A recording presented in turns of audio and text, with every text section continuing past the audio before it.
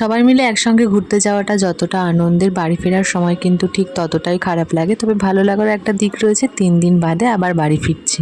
লাগেজপত্র নিয়ে এখন রিসেপশনে বসে আছি। 2 কাকা আর ও মিলে গেছে এখন আমাদের রাতের খাবারটা আনতে। চকলেট খাবে? আর চকলেট খাবে? এখন কি করছে? চা খাচ্ছে? খাবে আর চকলেট? আছে। আর নেই তো, তাহলে নিয়ে আসতে হবে।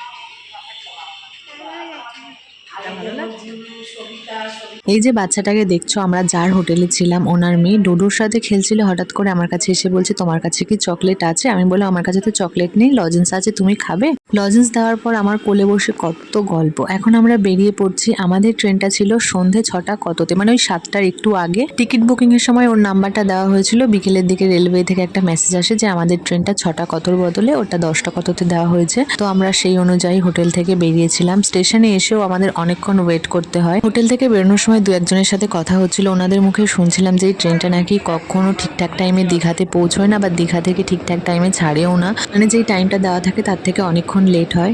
অবশেষে আমাদের ট্রেনটা আসে আর ট্রেন ছাড়ে পুরো 12টার সময়। আমাদের হাওড়া পৌঁছতে পৌঁছতে প্রায় ভোর হয়ে গেছিল। এখান থেকে সোজা বাড়ি চলে যাওয়ার কথা ছিল, কিন্তু 2 মা, ডোডো আর বোনের ট্রেনে শরীর খারাপ হয়ে গেছিল। রাতের খাওয়া দাওয়াটা অনেকটাই দেরি হয়ে গেছে, তারপর আবার ঠিকঠাক ঘুমও হয়নি।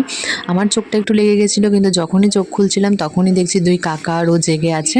যাই হোক, আমরা চলে এসেছিলাম ব্যান্ডেলে আমার কাকার বাড়িতে। কাকি তো এসেই রান্না চাপিয়ে দিয়েছে আর একদিকে চা। সকালবেলায় ফ্রেশ হয়ে চাটা খেয়ে ঘুমিয়ে পড়েছিলাম। তারপরে ঘুম থেকে উঠে স্নান টান করে আবার খাওয়া দাওয়া করে নিয়েছি। আর এই যে দুটো পুচকো পুচকিকে দেখছো, এদের কিন্তু আমার ব্লগে আগেও তোমরা দেখেছো অনেকবার। আমরা বাড়ি যাওয়ার জন্য রেডিও হয়ে গেছি। ট্রেনে করেই যাওয়ার কথা ছিল, কিন্তু কাকার বাড়ি এসে হঠাৎ করে মায়ের প্রচন্ড জ্বর আসে, ওরও জ্বর এসেছিল। তাছাড়া সঙ্গে অনেক লাগেজপত্রও ছিল, সেই কারণে আমাদের ওখান থেকে গাড়ি আসতে বলা হয়েছে। দিন নয়, আমাদের ওখানে চৈত্র মাসে।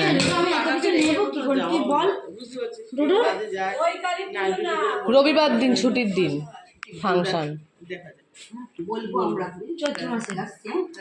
ওকে নিয়ে যাবে, তোকে বললাম চল। টাটা। শুনছো মুনছো, তোমরা যাবে? চুমকু না, ও অনুমিতি আর অনুভব, টাটা। লাজবন্তীর অনুভব নাকি? দীঘার সমস্ত ব্লগ অলরেডি আমার চ্যানেলে আপলোড হয়ে গেছে। যারা এখনো দেখোনি ঝটপট গিয়ে দেখে এসো যে আমরা 3 দিন দীঘাতে সবাই মিলে কতটা আনন্দ করেছি। চলো আজকের মতো ব্লগটা এখানে এন্ড করছি। দেখা হচ্ছে কালকের ব্লগে। টাটা।